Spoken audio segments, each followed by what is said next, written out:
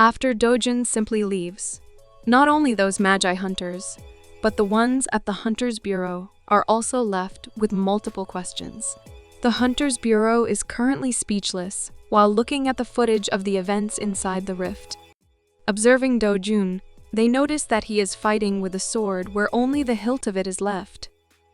Realizing that the man was using a fake name and rank to get into the rift, the people in the Bureau decided not to investigate the matter, as they were sure if a person of such a higher rank had appeared, he would show himself sooner or later.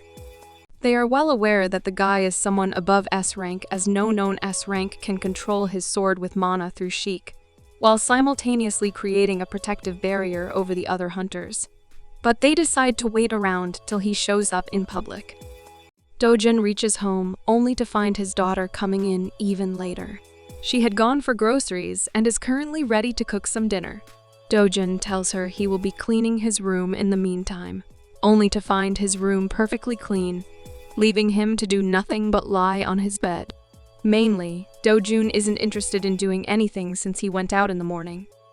He suddenly gets up recalling the number of mana stones he has, and how there is a possibility of the Korea General Store becoming suspicious of him if he takes them all.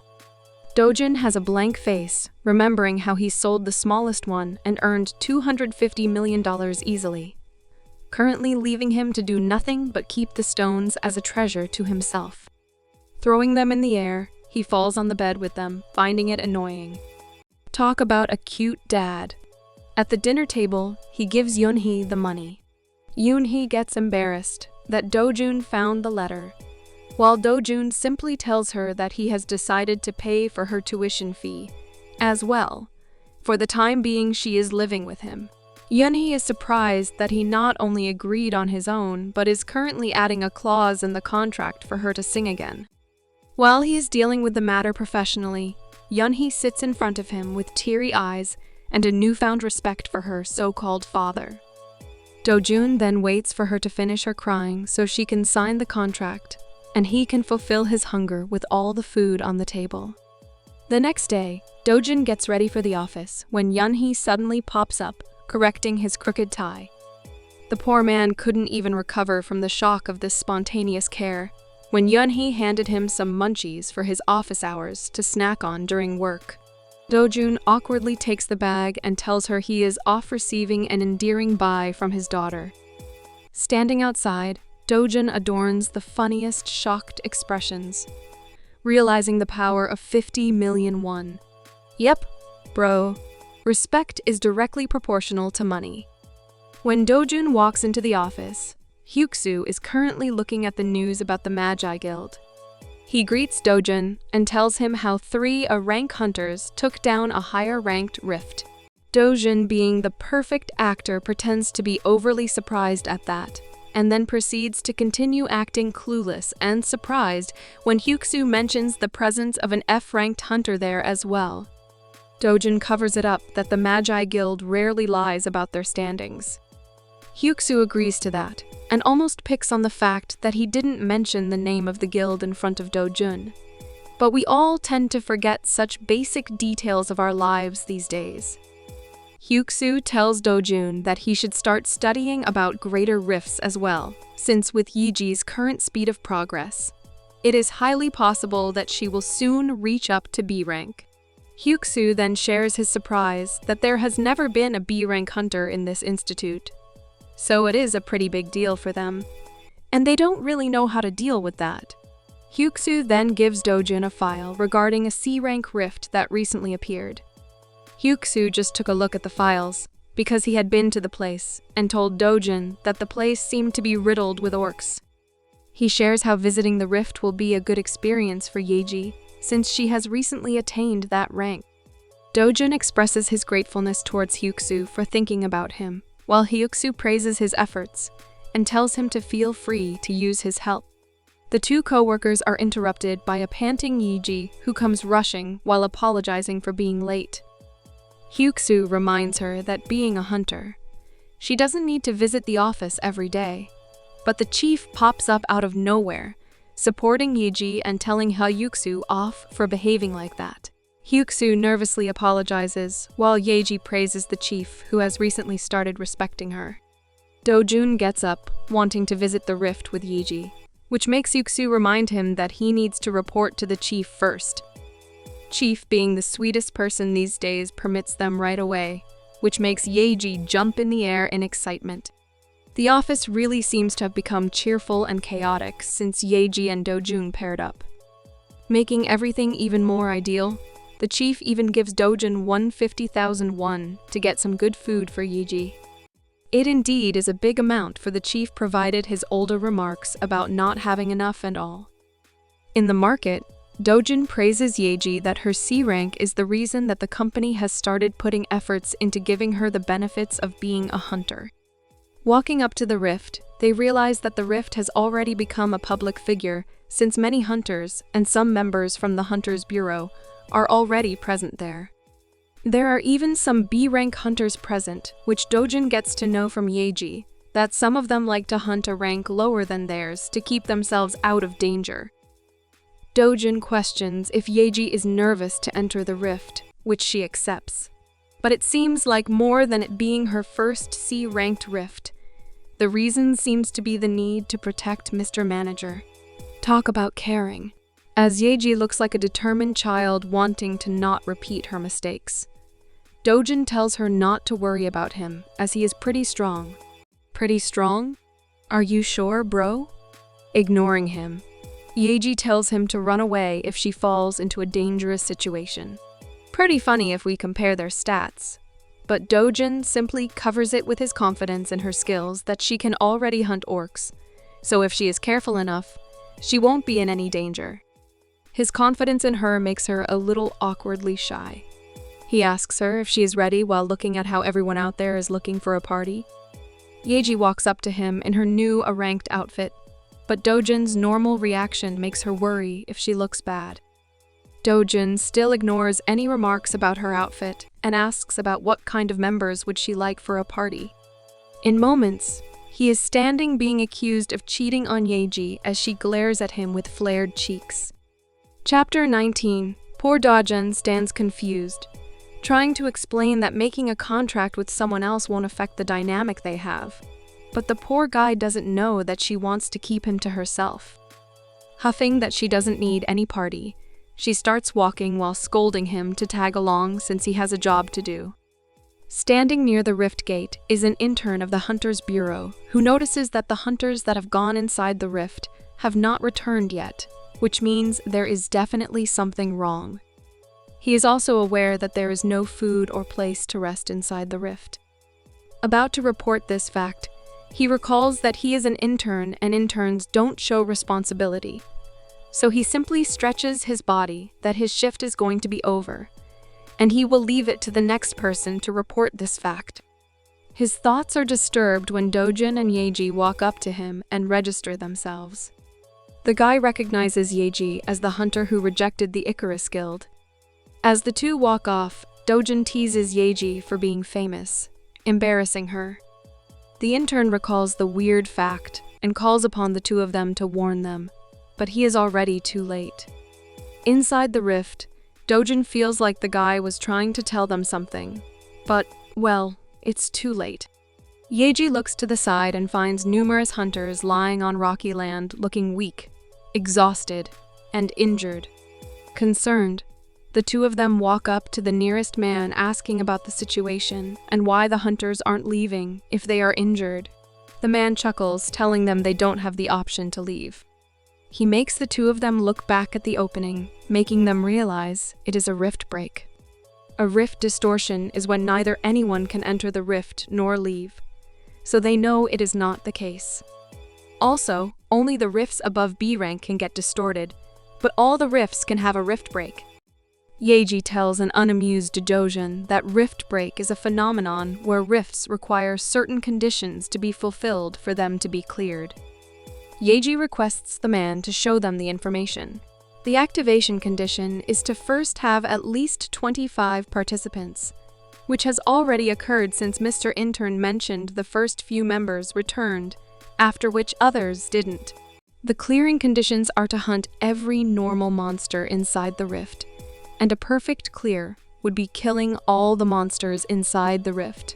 Currently, there are 280 normal monsters, 3 champion monsters, and 1 boss monster. Participants cannot leave the rift during the break, and clearing will reward every hunter with +5 strength, dexterity, and health. Moreover, there are additional rewards for those who defeat the boss or champion monsters.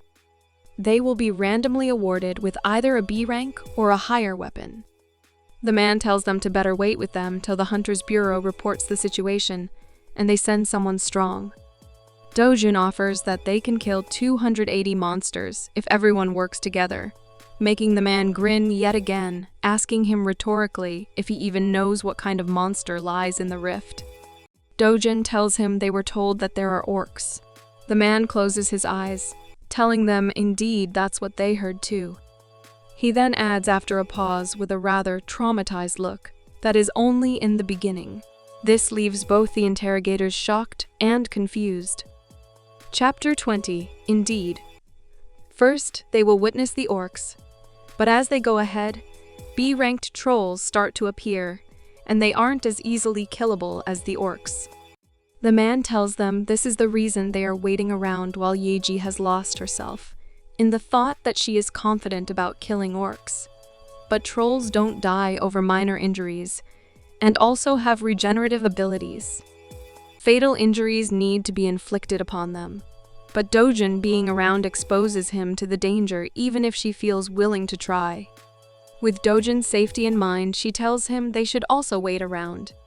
As if reading her mind, Dojun asks if he guarantees his safety, and if is willing to go ahead, which Yeji agrees to after a moment of thinking. Dojun only has one thought in mind: it is a good opportunity to get a new weapon. Looking back, they find the 3 hunters, Hojun, Sungmin, and Taesung, ready to fight just like they are. Sungmin smiles, telling them hunting shouldn't be an issue if they change their thinking to considering it a B-ranked rift. He isn't all wrong, but what's with the blushing bro? While walking ahead, Hojun tells Dojun to be at a fair distance, since they don't want a public servant dying on them. He then asks rhetorically if Dojun decided to enter a rift with 0 protective gear on. Well, who could defeat our strongest Dojun? Hojun feels a little offended at Dojun sticking to his tab and not responding, but lets it go after hearing Dojun warn them about there being 3 trolls, 30 meters ahead of them. Hojun doesn't see anything and almost calls him out, but the trolls appear right on time. Hojun reacts timely by stepping ahead and activating the provoke skill, which surprises Yeji. He is confident in his stance and asks Sungmin to target the right one first. He makes a striker's mark on the targeted troll, which weakens its defense and increases the damage received to it by 50%. However, to his shock, the troll recovers from the first 2 hits and manages to block the rest, making even his 20 shots in a row seem useless. His face pales upon realizing that the troll isn't dead, and if he doesn't run, he might become the one dead. With his running away in fear, Yeji steps up and faces the troll. With a few smooth attacks, she manages to behead the troll, killing it easier than she expected. Sungmin appears all blushing and jumpy, telling her they make a good team, which makes his other 2 partners for being useless, yet has the audacity to flirt this time. Sungmin gets red in embarrassment and calls Taesung a liar, but he is more focused on the fight at the moment. Yeji asks Dojun if he is fine. Dojun looks unimpressed as he mentions that he is just observing. Yeji sweetly tries to mention that she is just worried when Dojun interrupts her with great intensity in his look. In just a moment, Dojun is running away with a funny expression, telling Yeji to look behind. Yeji looks at him confused and only realizes at the last moment that there is a troll currently on its way to attack her. With her fine reflexes, Yeji is currently unharmed while Hojun profusely apologizes for his provoking skill ending, without his realization. Instead of worrying about how she almost got a fatal hit, she feels traumatized at the thought of Dojun potentially getting hit. The caring for her manager is getting a little overboard, though, since we get to see Yeji angry, ready to kill all the trolls in the way. Chapter 21. Yeji rushes towards the troll, surprising it. Jumping back, the troll makes a weird noise which stops everyone from wondering what it is for. Their suspicions turn to reality when multiple trolls summon that voice. Hujon and the mates decide they should run for now, since there is no way they can succeed against that number. But Sungmin stops seeing someone walk in the opposite direction as them. He makes Hojun and Taesung look back to find Yeji walking calmly towards the trolls, ready to destroy each one of them. Hojun decides they should leave anyway for the safety of their lives, but noticing their sword aura hers. Sungmin is surprised.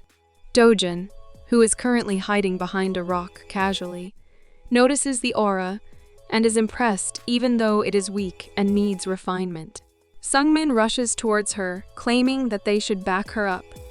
His mates glare at him, knowing very well about the talent he possesses, and the fact that he'd never be this determined to support a male hunter. With eyes filled with determination and a strong stance, Yeji lands her first lethal attack, making both Hojun and Taesung surprised at how she has gone wild. Due to their dumb friend, they decide to opt for backing her up at the moment.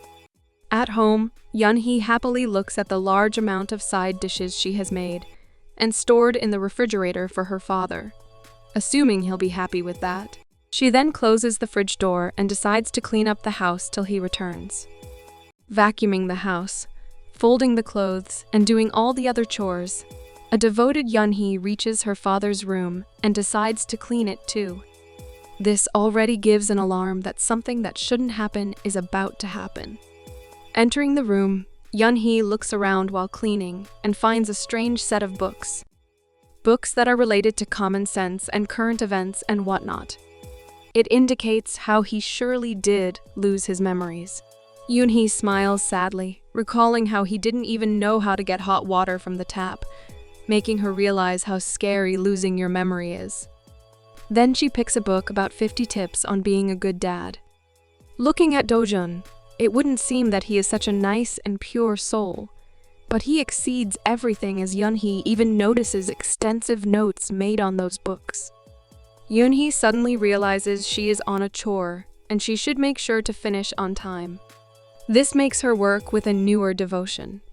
But as much as it seems that the devotion is dedicated towards the vacuum cleaner, it is the devotion to work faster and harder to graduate, become a hunter, and pay back Dojun with 100 times more than what he did. A grateful soul she is indeed. Bending down, Yunhee finds a bag of what seems like trash to her. But it really will make you panic as the mana crystal is clearly visible in it. Thankfully, she does realize before throwing it out that it isn't trash, and of course, she can see what it actually is. Chapter 22. Her eyes widen as she is sure that it indeed is a magic stone, and it definitely looks super expensive. Figuring that it might have fallen from the drawer C-pens, the drawer, she decides to open the drawer and put it back. Well, big mistake, because the next sight is an even bigger shocker for our girl.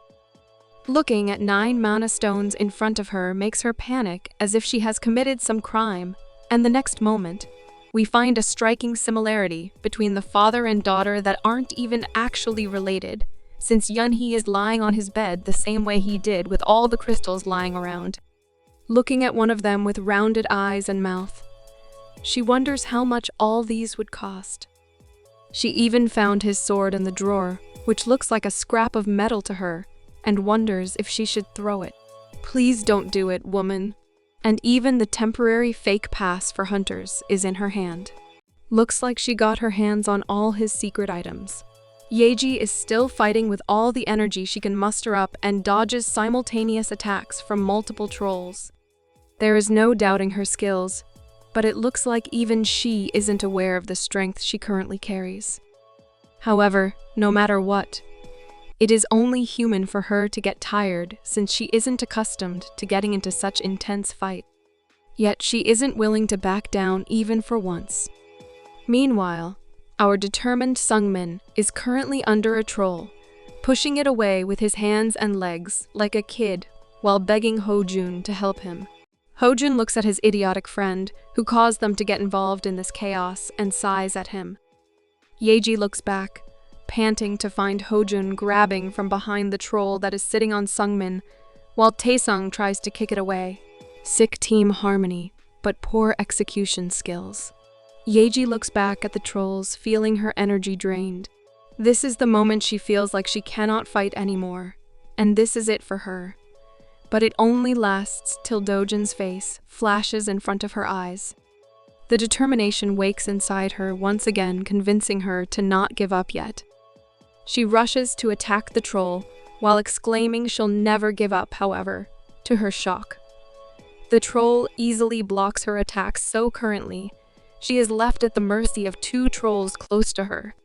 As one of them holds her sword, the other is about to attack it. But the second troll randomly starts shaking and dies the very next moment.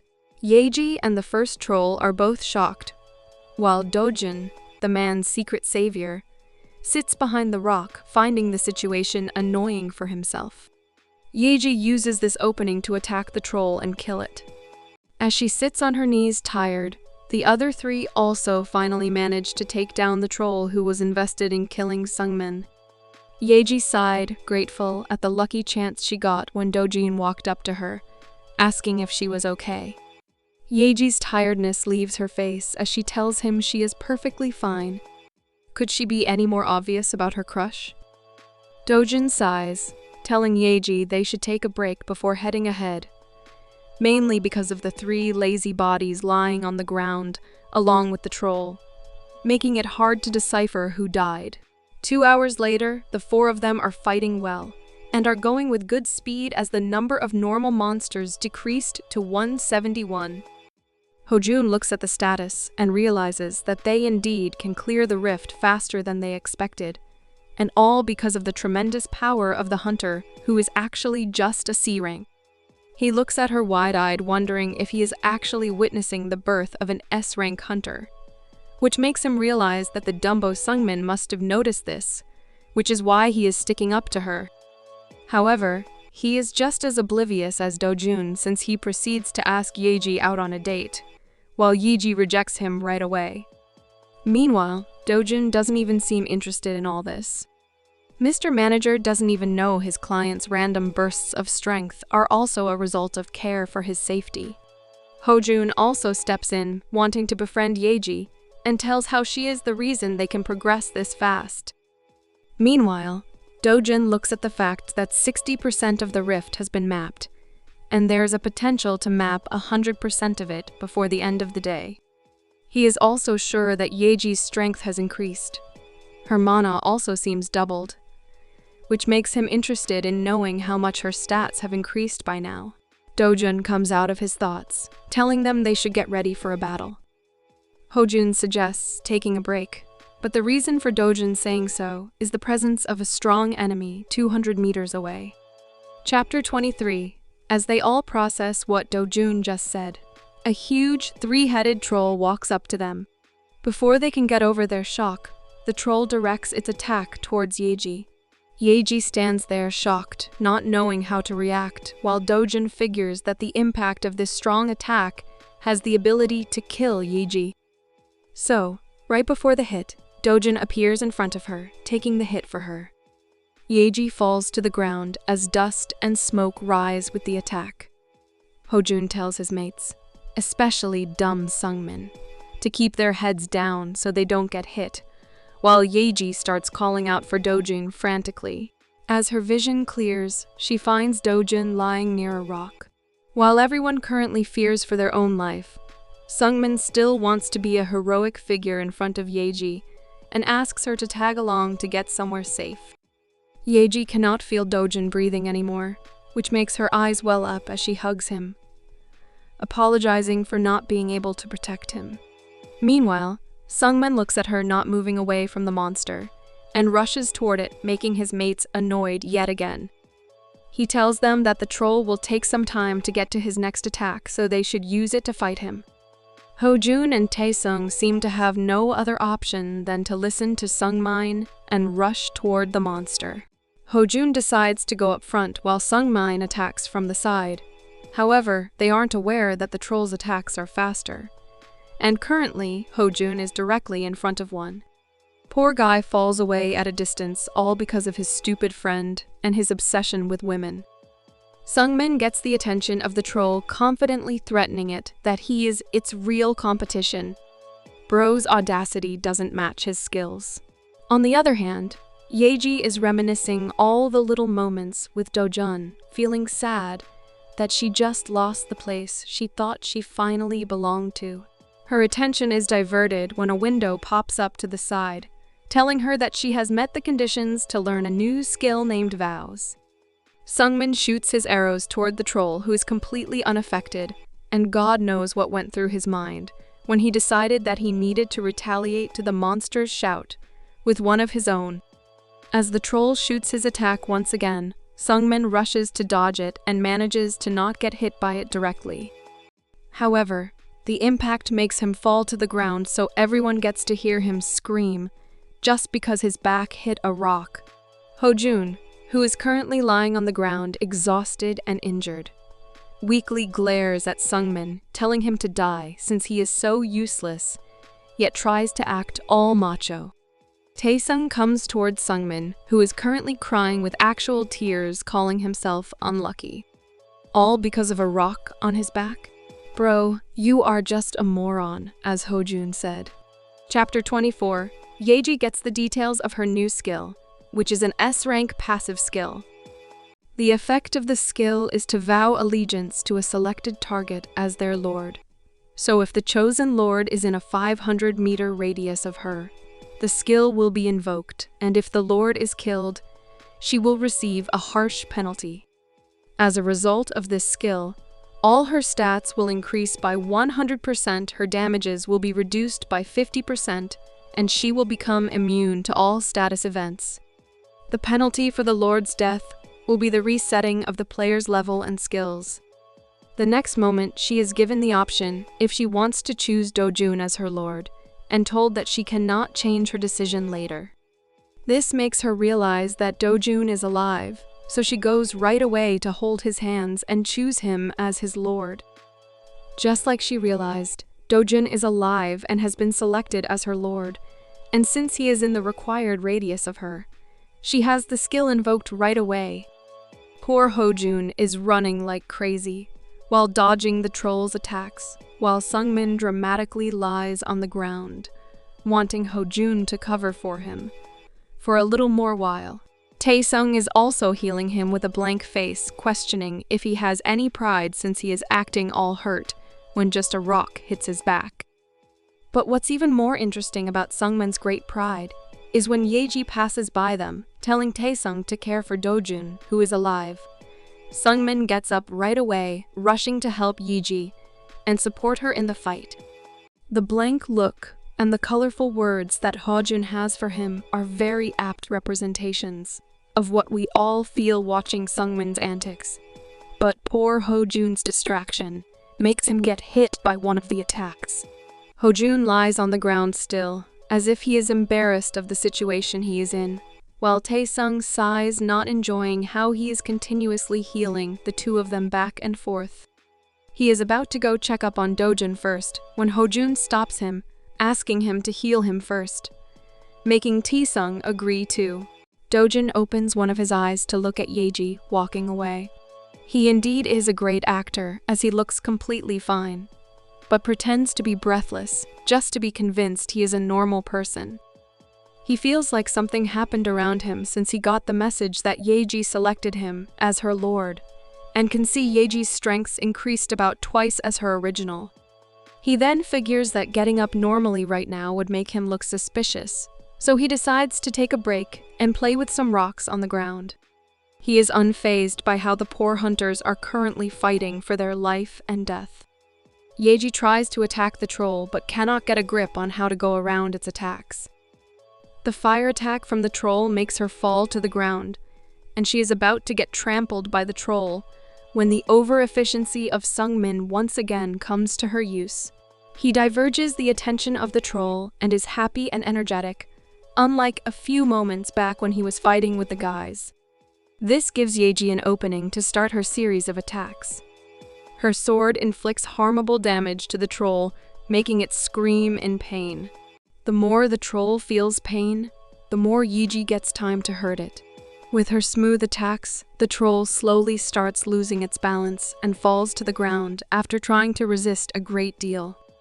Yeji takes a moment while the troll lies on the ground as she raises her sword to have the final blow at it. If you enjoyed the video, subscribe to watch more videos like these, turn on notifications, and leave a like and comment to help the channel out.